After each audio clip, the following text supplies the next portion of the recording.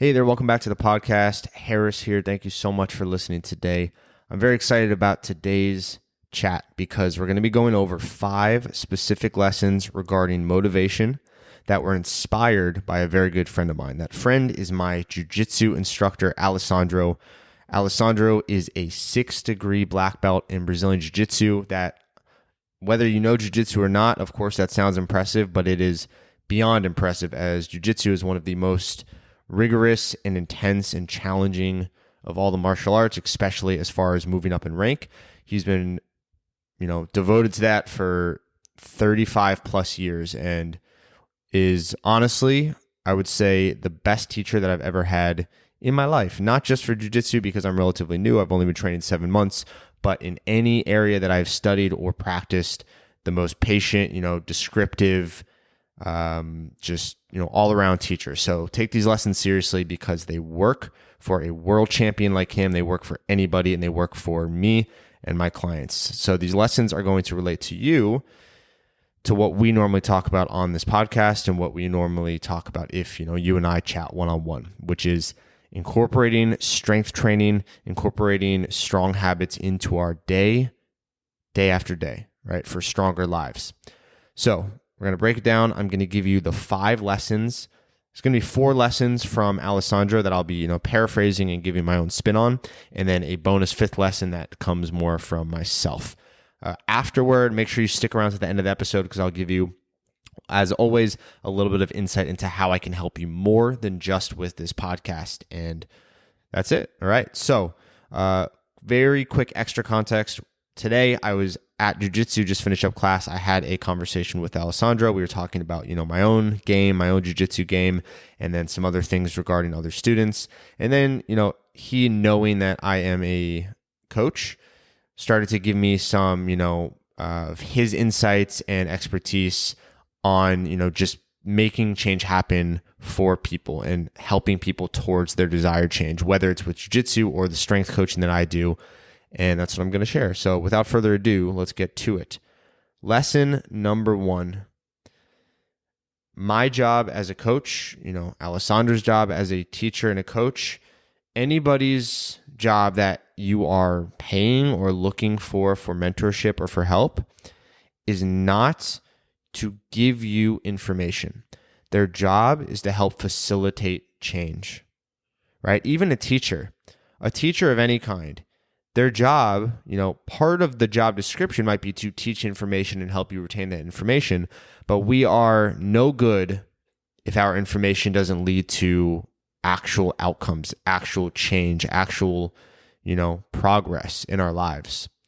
So this lesson, right? Let's take it from, what I normally teach. I teach, I explain the finer details of strength and conditioning. I explain even more so the details of, mental focus and basic psychology around fitness and creating habits, et cetera, et cetera. But I don't do this. I don't make these episodes. I don't, write on my website. I certainly don't only teach my one-on-one clients information so they can, have an IQ boost or so they can do better on an exam or so that they can, write out more and more things that they remember from my teachings. No, I do it to facilitate change, to help you believe in yourself more so you can take the actions needed to become the person that you want to be, right? That's the only reason education is inexistent. So people can make change for themselves, for organizations, for their family, for others. So, our lives and the lives around us can get better.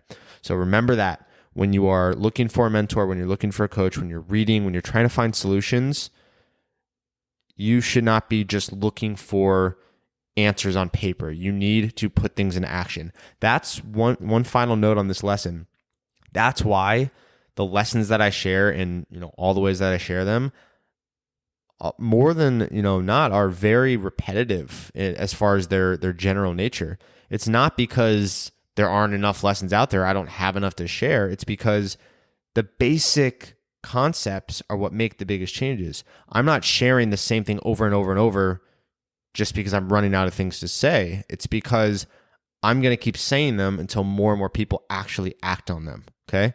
Having 10,000 people listening to my show, which is not the number right now. It's probably 10, maybe, because, it's new.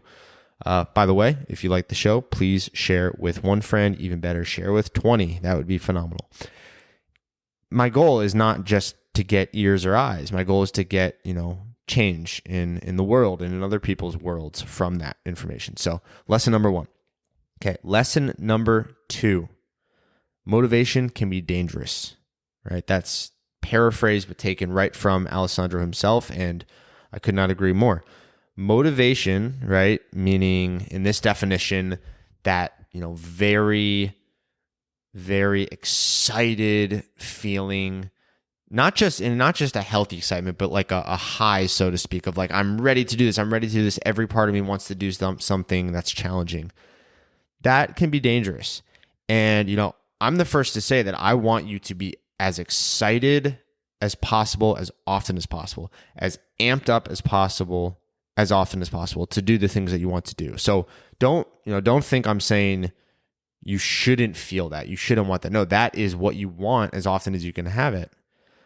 But, a big but, it's not going to be there that often or all of the time, right? And again, a quick aside, there's a difference between, a healthy excitement that's kind of like deep within, a quiet excitement that you have because you want to do the work to get better, versus full-on motivation. So the real deep excitement should be there, most of the time if you care about what you're doing. So that should be there a lot, or you should be able to cultivate it at will. But the motivation, right, the full-on wanting to do the hard things all the time will not be there a lot of the time. Okay, and that's why motivation could be dangerous, because when we keyword rely on motivation, right? Meaning we don't just want it or enjoy it, but we say, once I feel this motivation, I will do X, right?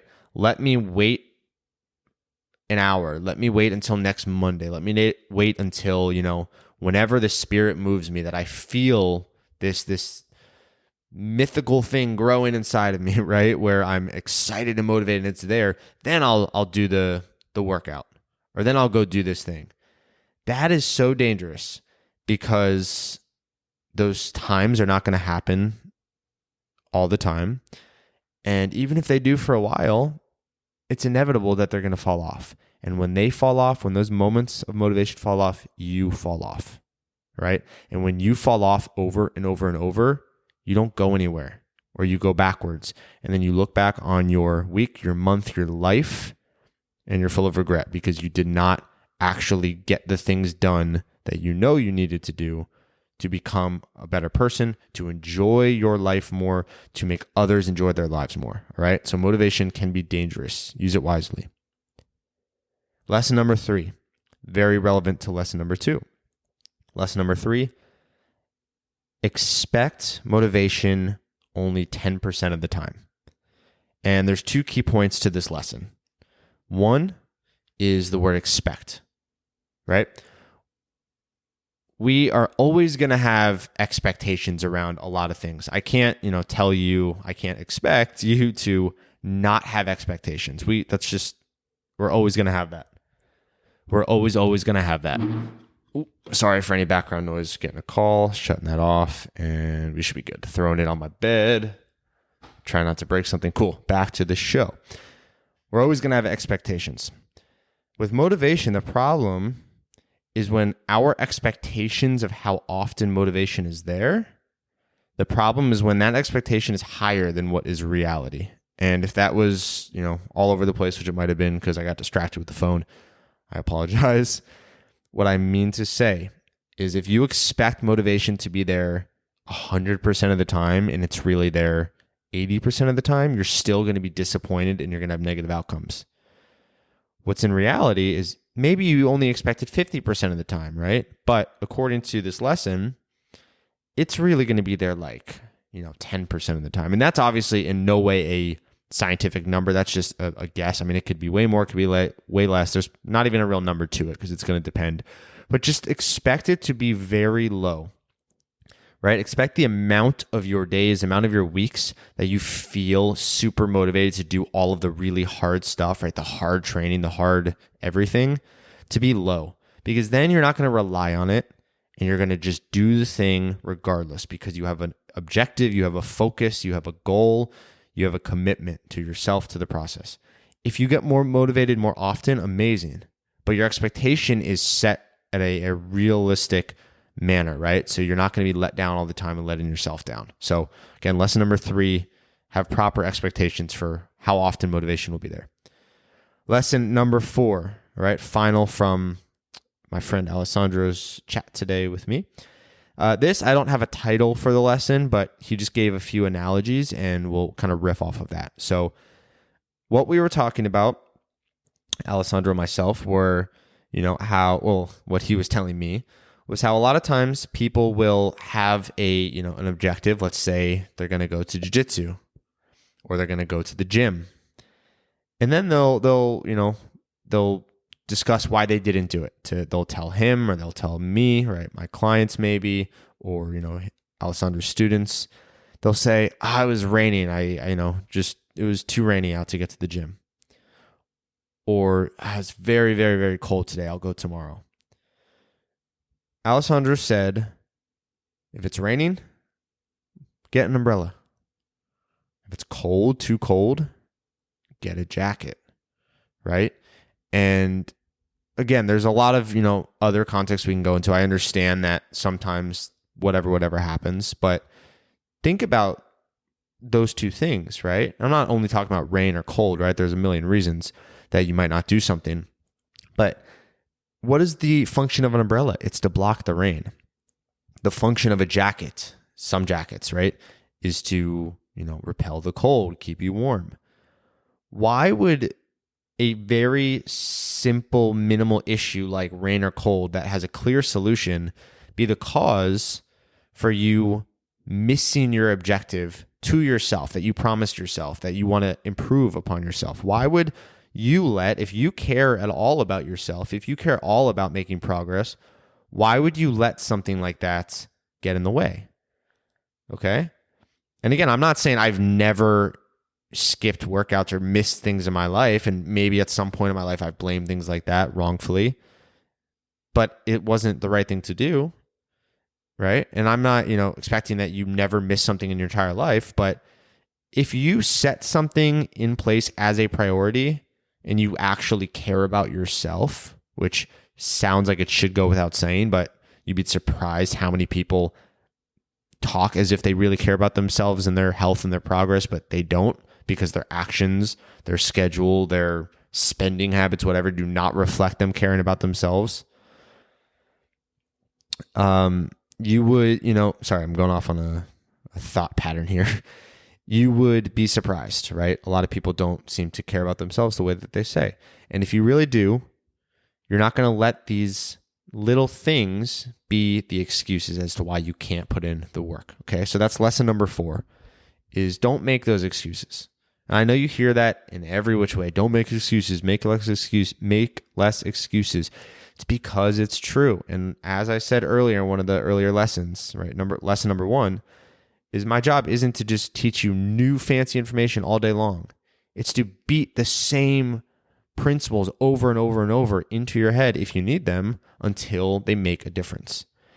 And I'm going to keep for, the next 80 years of my life talking about minimizing excuses, because I know there's always going to be somebody that needs it and that needs to take action from it. So that's lesson 4.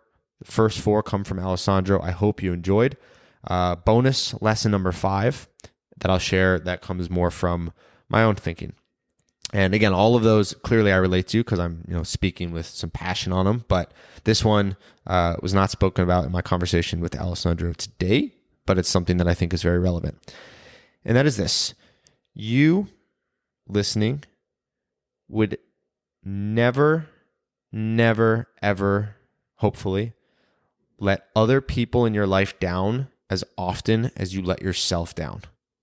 And of course, I'm making an assumption saying that you let yourself down a lot. And I don't mean that to assume that, because maybe you're listening and you don't let yourself down a lot. Maybe maybe you make realistic commitments and maybe you're very consistent and there's other things that you get out of this podcast or you're just listening. That's great. But again, most of the people, also because I'm talking to myself, because I struggle with this like anybody, most of the people, even if they don't let themselves down a whole bunch, I'm willing to bet they let other people down even less, right? They put other people above themselves. And I think that is backwards. Again, I am not saying to start letting other people down or to not care about other people. That is far from what I believe. What I am saying is if you have to pick who is more of a priority to stick your commitments to, right, yourself or to anybody else, it needs to be yourself first. Because like any leader, which you should be, if you're not a leader, in the traditional sense, a leader of a group or whatever, you're the leader of your own life. It's true. You're the leader of your family, or you can be more of one. You're the leader of, anybody that you're around. You have that option. So any good leader, right, has to lead by example. You've heard it a million times, right? I don't want anybody ever teaching me, telling me what to do if they don't try to lead by example. That doesn't mean that they have to, do everything that they teach all the time. No, I've definitely said things and not followed with them. It happens. But I very, very much try on a overall consistent basis to lead by example or to not, say things. So if you're going to be committing to other people and committing to plans and making plans and sticking to plans for work, for other things that come up, for chaos, right? If you're going to be reactive to things that pop up in your day, you better be committed to yourself. And if you plan something for yourself, if you plan an objective, stick to it. Okay. I get a lot of people who tell me, I missed this workout. I missed a whole week of workouts because work was crazy. So what?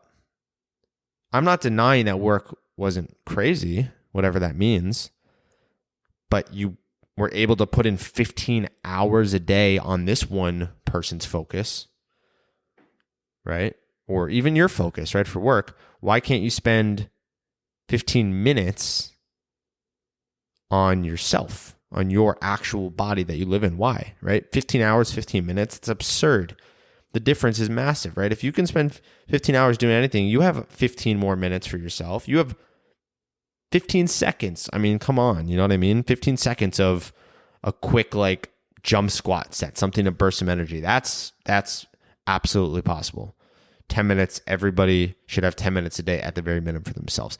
Tony Robbins, amazing, amazing person. Look him up if you don't know him, but you should. You probably do. Famously says, if you don't have 10 minutes a day, you don't have a life. This guy is busier and more successful than anybody I've probably ever looked into. And he said that. So you have the time. Nothing gets in the way of that. I believe that is it, right? Make a commitment to your process. So let's do a quick recap very quickly. This is going on for a while of lessons 1 through 5, and then I'll give you some final information. All right, lesson number 1, my job, any mentor, any coach's job, any information's job is not to just get in your head, not to just teach you information for the sake of it. The job is to make transformation happen or to facilitate it.